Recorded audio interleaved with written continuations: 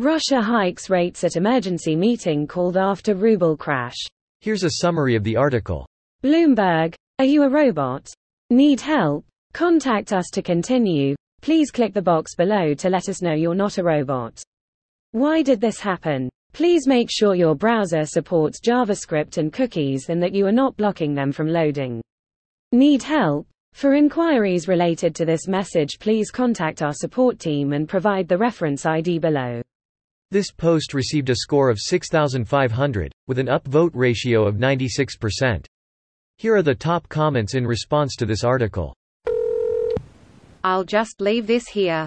Russia has stopped providing evidence to the IMF over a year ago, and the IMF data on the Russian economy is not backed by evidence.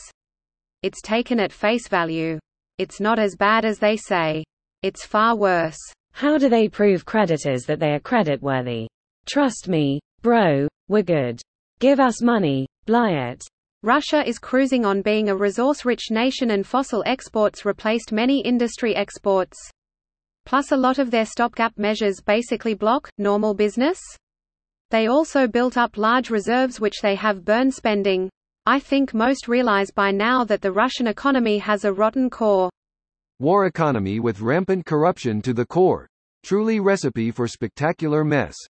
I'm curious, and I'm not sure it's possible to know how Putin's safety is these days given these economic issues paired with a very unpopular war. I've read reports he's paranoid, but I'd love to know more. It's not very unpopular domestically. Quite the opposite, a good chunk of the population believe that Ukraine shouldn't exist and be incorporated into Russia proper.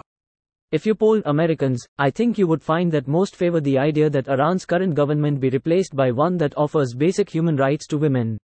If you polled that same group, you would likely find significantly less support for an American invasion of Iran to effect such a change in government. Given the harsh penalties associated with expressing any dissent, it is really difficult to gauge how unpopular the war is. Edit. My apologies to those whom my atrocious spelling has deeply offended. I think you'd be a little frightened with how many Americans really do want to straight up invade Iran and figure that the country doesn't even have two rocks to bash together, or people who know how to do it. Given that the number still falls well short of the critical mass required to actually convince our elected officials to give it a go, it is unlikely to frighten me. Yes, there are going to be some disturbing loudmouths, but after 20 years in Iraq and Afghanistan with fuck all to show for it, the American populace will not be supporting another war in the Middle East anytime soon. People use Iraq and Afghanistan as exemplars of how easy invading Iran would be. And some of them are in Congress. How low can it go? Soon they will not need to buy toilet paper. They will just go to ATM, but don't worry, PPL at the top already exchanged theirs for dollars. They can just wipe with the rubles. Whose face is on the 100 notes? This video was automatically created by Reddit to speech.